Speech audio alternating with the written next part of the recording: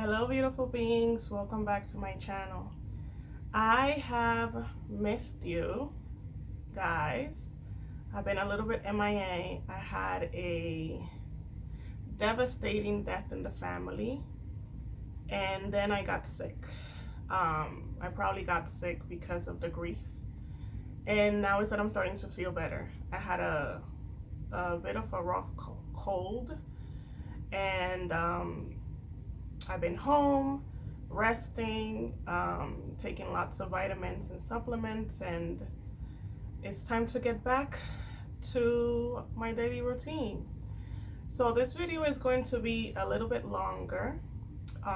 Yes, it is a success story, but I think it brings bigger meaning when we speak a lot about how do we even end up in the situation to begin with. So, as I have mentioned before, I had a lot of trauma. I'll make a video talking about my daily trauma routine, things that I do and that I have done that help me on a daily heal from childhood trauma, and how that works towards manifesting.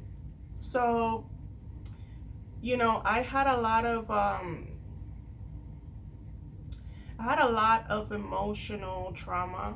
There was a lot of manipulation, a lot of very dark stages in my life.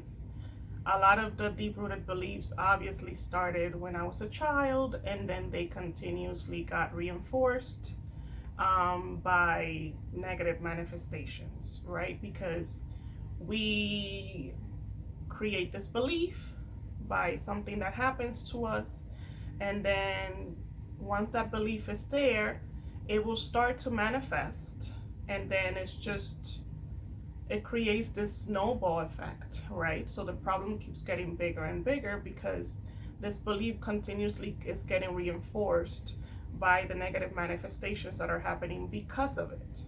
So I've definitely had a lot of that. And that developed in me, number one, a victim mentality. And number two, I developed what we call fear of abandonment. So I'll start. I have started this work, this self within journey about 7 years ago, I would say. Um, Maybe a little bit longer. It's definitely not been 10 years yet. And I'm in my late 30s. So, I used to go on in life on my daily routine. I was mostly a very sad individual. It always felt like I never got what I wanted. That as soon as it meant that I wanted something, it would be taken away from me. Um, so I had a few relationships. I kind of started kind of late, and I think it was because of the same situation, because I always felt like I wasn't wanted, I wasn't loved, and all of the shenanigans that always have to do with the self-concept of love, right? I didn't have any self-love. I didn't understand what self-love was. So I had a few relationships. I had a very long one that was very destructive, um, very emotionally abusive as well. I remember during that time, I even hired this, psychic. I think I've mentioned before, don't do that. It's a big waste of money. If I would have, instead of spending money on that route, if I would have started from then working on my self-concept, things would have been so much different, and I would have saved so much money. But at the same time, you do what you can at the stage that you're in. I feel like when the student is ready, the teacher appears type of thing. So I probably wasn't even ready for that type of work. So I did what I thought was what I needed to be doing. Anyway, the years kept on passing by. That relationship was very destructive, and eventually, I just got tired of it and decided that it was no longer worth it. And I thought this person was my soulmate, which is probably why I spent so many years trying to make it work, or trying to make him see how I was worthy or how I was wife material and all these things. So that didn't work out. And I felt free. I think I started to heal a lot from that, from that situation, from that perspective. And, the years started passing by. And I remember that, my father, who was very sick, we were helping take care of him, he passed away. And I kind of hit rock bottom there because my father was like my rock. He was like that person that was always there for me unconditionally, regardless of what was going on around me. He was always there. He was like that silent sentinel. I always saw him sort of like a warrior, because it didn't matter what would hit him, he would just keep going. I always said to myself that I had gotten from him being strong minded, which also meant, I was hard headed as fuck. And just the warrior mentality of never giving up. So I don't give up. I get tired, I get frustrated, I scream, I cry, I trash, and then I kind of pick myself up and keep going, just because I am hard headed, and now I see that as a good thing, right? So when he passed away, I started getting anxiety attacks, and I looked for help with a psychologist. It's always a good idea. Some people don't believe psychologists help. I think they help to a certain extent. They might help in helping you understand where your problems are coming from. Now, do I think talking about your problems help you reprogram your mind? No, absolutely not. But it does have a time and place. Um, I love my therapist. He's like a friend of mine. I don't see him often, but I still hold him very dearly, because I think a person that is able to understand your pain is such a value. You feel so understood, and I feel like a lot of people feel like they're just not understood in their journey, and I think it's very important to find that person that makes you feel comfortable enough, to share the grief and share the pain with you.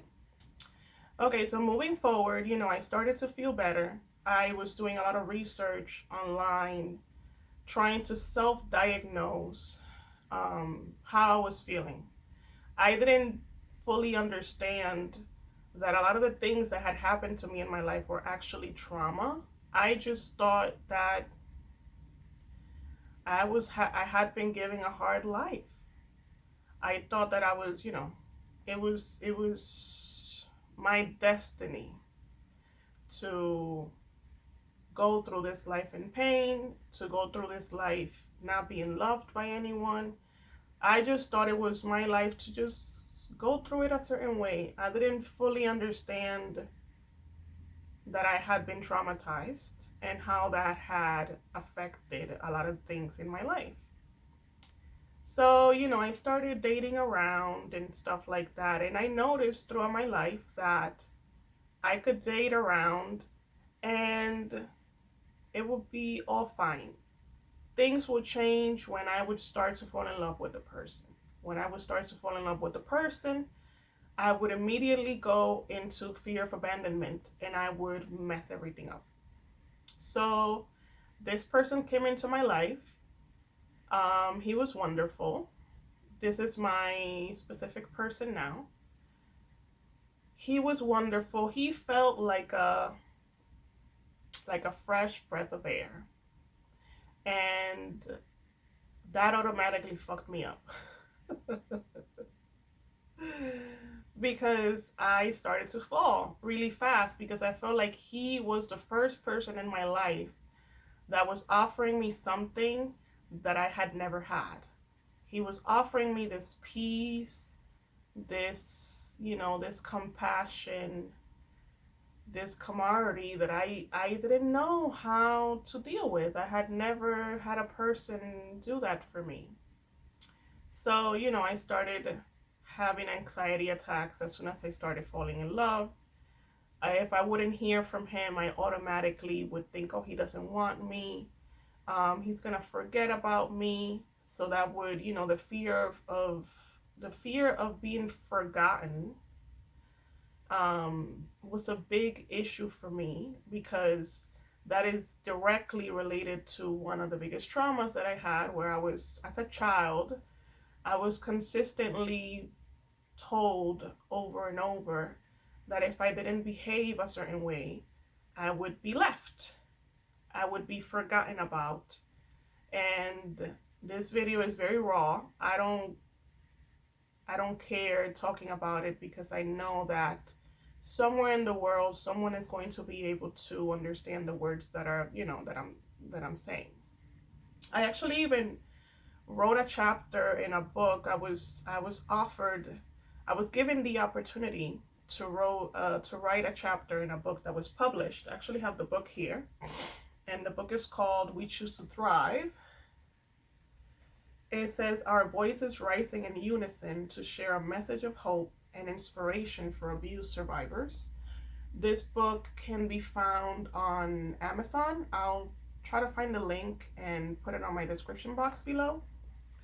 And, it's about people overcoming abuse. So I have a very raw chapter in here. It was an experience. It was definitely very painful to go back to that place, but I think it was also very healing. So I don't regret doing this. But anyway, that was a direct trauma that I had, being forgotten. And that obviously meant that if I was so forgettable, it meant that I wasn't loved, I wasn't wanted to begin with, and I wasn't important enough to be remembered. So communication was always a big issue for me, because it would go back to that. I'm going to be forgotten. And from that obviously stemmed a lot of problems, because that would push me to over communicate. That would push me to constantly be texting, calling, or more importantly, even if I wouldn't physically call or text, the energy that was coming out of me of desperation and fear would be so intense that I would end up losing them. They would end up forgetting me, because fear of abandonment makes you behave in such a way that is what happens. They abandon you. You try to keep them, so hard. You try to keep them close to you so hard, because you don't want them to leave. And you do it to such an extent where they actually have to leave. It's kind of like a self-fulfilling prophecy in a way. So, that was basically the main reason why the first breakup happened. My level of stress was so high at all times because of the communication. And then I would get angry. I would first go from being sad and having extreme panic and anxiety attacks about not hearing from this person ever again, to then being angry and be like, well, whatever, fuck him. I don't need him. I don't need him. I'll be fine, and your specific person, as you already know, is your direct mirror. So yeah, the breakup happened, and it was devastating, because once again, I had been left again. And that was a recurring theme in my life, where I always felt like I couldn't keep what I wanted. As soon as I wanted it, I couldn't keep it. So, I went to my therapist, and we spoke about that. And then I had discovered, that YouTube was a great teacher because I had used YouTube already to self-diagnose um, a lot of my traumas. So I went back to YouTube and I went down the rabbit hole. I did not know anything about law of attraction. I did not know anything about anything like that. I went on Google and YouTube. Those were my two teachers. Um, I even started in social media very late in life. I had my first smartphone when people had already had smartphones for 10 years. I was just a late starter. So it was still very amazing to me the amount of information that I could find, at the tip of my fingers. So I started researching, and I remember I found this website called Must Spark Joy. I know since then there was actually another Must Spark Joy that is about like organizing your house, but I think this website is still there. And she spoke about all the natural laws and how you could manifest your specific person back, that it was definitely a possible thing. Um, and mind you, I'm going through this, but I'm going through this just, I was just trying to find a smidget of hope because as a person that have been in pain for so long in my life, that have always felt like I couldn't do things, it was that smidget of hope that was keeping me, that it seemed like it was keeping me from crashing and burning forever. So that gave me a little bit of hope. And then I went on YouTube and I found Agnes and I found Veronica. And there was another person, I don't remember her name now, that I found, and they were all, very soothing to my soul. And then I kind of stuck with Agnes, and I got coaching from her. And that's when basically my journey began. I started to learn, I started to absorb as much information as I could, and I started to really understand self-love. So self-love and why it was needed, why it was so important. I remember I read this book by Dr. Joe Dispenza. I read it before the breakup, and it's called Breaking the Habit of Being Yourself. I'm going to be rereading that book soon and probably come up with a few videos discussing some of the aspects of the book that I love so much. So I read it. I was already sort of in the mindset world before the breakup happened, but I hadn't gotten to the point of self-love. I hadn't gotten to that point yet. And a lot of these teachers, they spoke about reprogramming your mind and all this stuff, but they didn't really touch upon self-love because it wasn't really their niche. And you have to really have gone through the same self-love issues to understand how to teach it. And I feel like if the person that's not their niche, if the person has never had that issue, they're going to focus on what they know about. So I started the journey, I started self-love, and some days were harder than others. I would still get anxiety here and there. But I would say most of it was calming myself down.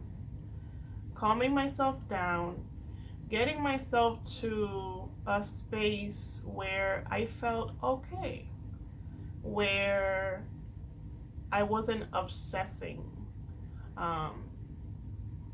Because a lot of people, including myself, we go into these loops, and they're so hard to break. So it was kind of like getting myself to a space where I felt okay, where I felt serene, where I could finally think about something else. And how did I do that? I would do self-love meditations. I would do them every day. Sometimes I would do 2 or 3. And then I would do a specific person meditation either every day or every other day. Um, and then I remember a turning point for me was, and obviously I didn't know who Neville was. I learned about Neville through NES, and then I joined a Facebook group that was heavily Neville. It was all Neville. And I started to learn about law of assumption. And I got to my favorite book. We're going to be discussing it soon, At Your Command. And I read about I aming, and I decided to try I aming. It is the most amazing feeling. Um, Basically, when you I am, you're calling your inner God forth. You're calling your inner God forth. And it's just, we're going to leave it for another video because it's so amazing. So when I did that, I created this feeling of expansion so big that my person came to me literally 2-3 days later. I remember one day I was taking a shower and I got this idea. This voice said, send him a text. He had lost a family member a few years back around that date, and something just told me, send him a message.